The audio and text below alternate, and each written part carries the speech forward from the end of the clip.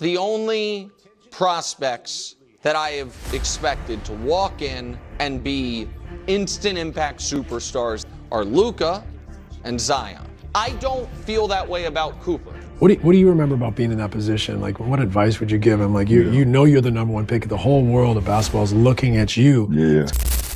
Cooper Flagg walked into the American Airlines Center in Dallas and carved his name into NBA history. 49 points, the most ever scored by a teenager in a single NBA game. And he did it on 20 of 29 shooting while breaking a record that had stood for 46 years. This wasn't some garbage time explosion or a fluke performance. The kid from Newport, Maine, with a population of 3,000 people, absolutely carving up an NBA defense like he'd been doing it for years. But here's the thing nobody's talking about. Cooper Flagg didn't arrive in the NBA as a project that needed development. He showed up ready, and the way he reacted afterward is exactly why the NBA has a serious Cooper Flagg problem.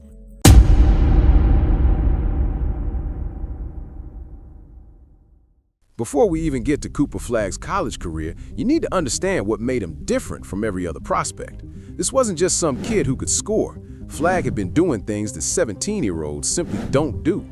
During Team USA's Olympic training camp in the summer before his freshman year at Duke, he held his own in scrimmages against actual NBA All-Stars. Not struggling to keep up, not just surviving, he was competing. By the time he got to Duke, the expectations were stratospheric, and somehow he exceeded them. Flagg averaged 19.2 points, 7.5 rebounds, and 4.2 assists per game as a freshman. He shot 48% from the field, 39% from three, and 84% from the free throw line. Those are ridiculous numbers for a college player, let alone a 17-year-old who graduated high school early.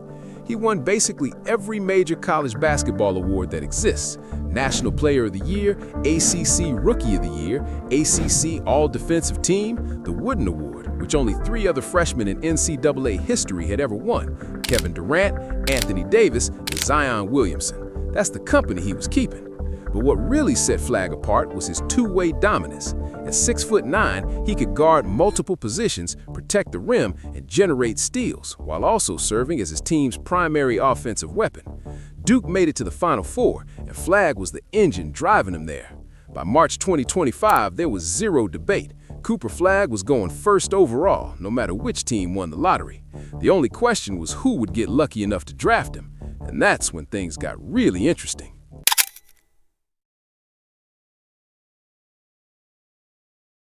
May 12, 2025, the NBA Draft Lottery. The room was filled with representatives from all 14 lottery teams. The Utah Jazz had brought general manager Justin Zanuck. The Wizards sent GM Will Dawkins. The Hornets had co-owner Rick Schnall. These were the favorites, the teams with the best odds, the teams who had tanked the hardest. And then there was Dallas Mavericks CEO Rick Welts, sitting there with a 1.8% chance of winning. Just 3 months earlier, the Mavericks had completed one of the most controversial trades in NBA history. They shipped Luka Doncic, their 5-time All-NBA superstar, to the Los Angeles Lakers for Anthony Davis and some picks.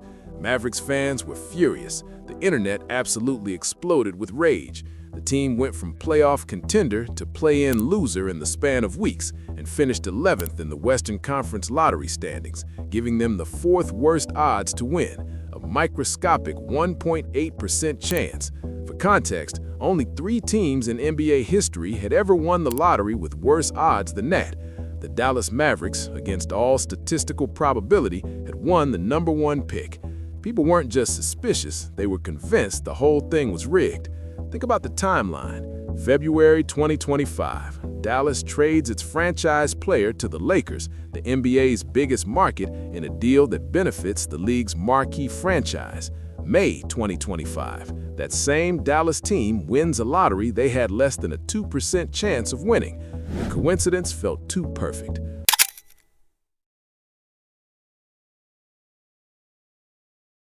Dallas drafted Flagg as expected, pairing him with Kyrie Irving and Anthony Davis, and the kid didn't disappoint. By February 2026, halfway through his rookie season, Flagg was averaging 20.4 points, 6.6 rebounds, and 4.1 assists per game. He was putting up numbers that made him the front-runner for Rookie of the Year. In late January, he dropped 49 points against the Hornets, becoming the youngest player in NBA history to score that many in a single game. A week later, 36 points against the Celtics, then 32 against the Spurs. The man was unconscious. But here's the thing about Cooper Flagg being this good, this fast. It created a new problem for the NBA. Because while Flagg was lighting up scoreboards in Dallas, teams around the league were watching and thinking the same thing. We need to find the next Cooper Flagg. And that brings us to right now, February 2026, where the tanking has somehow gotten even worse than it was last year. The 2026 NBA draft class features prospects like Darren Peterson from Kansas, A.J. Dybinser from BYU, Cameron Boozer from Duke, and Caleb Wilson from UNC. These aren't Cooper Flagg-level talents, but they're good enough that teams are willing to throw entire seasons away for a chance at them.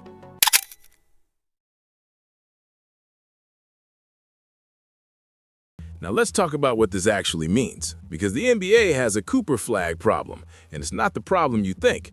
The problem isn't that he's good. The problem is that he's already this good at 19, and he's still improving at a rate that nobody expected.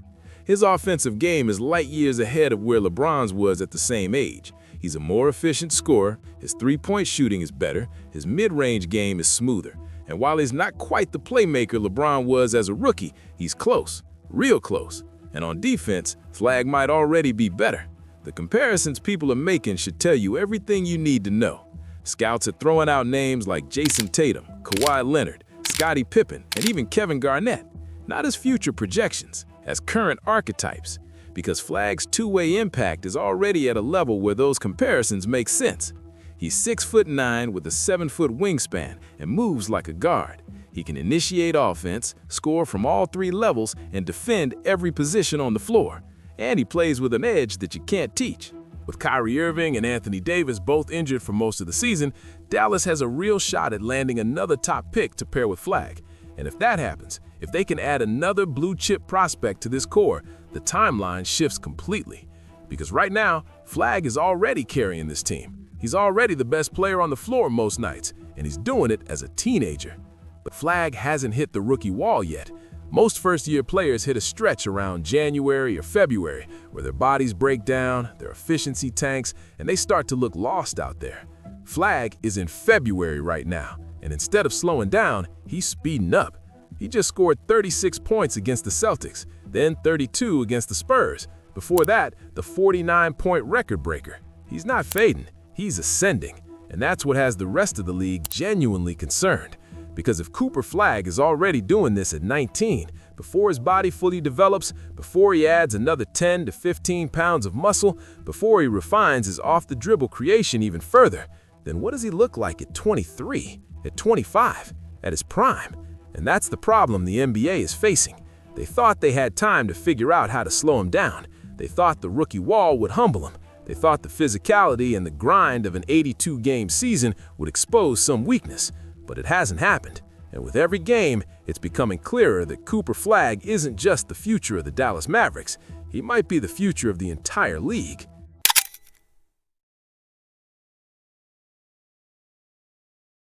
The Rookie of the Year race is basically over. Flagg and Keppel have won every single monthly award so far. Western Conference Rookie of the Month, Eastern Conference Rookie of the Month, every single month, just those two. The last time that happened was 2018-19 when Luka Doncic and Trae Young did the exact same thing, and we all know how that turned out. Both became all-stars, both became franchise cornerstones, both changed the trajectory of their organizations, and the same thing's happening right now with Flagg and Keppel, except Flagg is doing it on a level that even Luka wasn't at as a rookie. And here's the final piece that makes this whole story even more ridiculous. Mark Aguirre's rookie scoring record stood for over 40 years. Flagg broke it twice in the same season, once in December when he tied it with 42 points and became the youngest player ever to score 40, and then again in January when he shattered it with 49. Two separate records, both broken by the same teenager in the same season, on a night when Aguirre's jersey was being retired, in a loss where Flagg refused to celebrate because winning mattered more. That's the Cooper Flagg problem.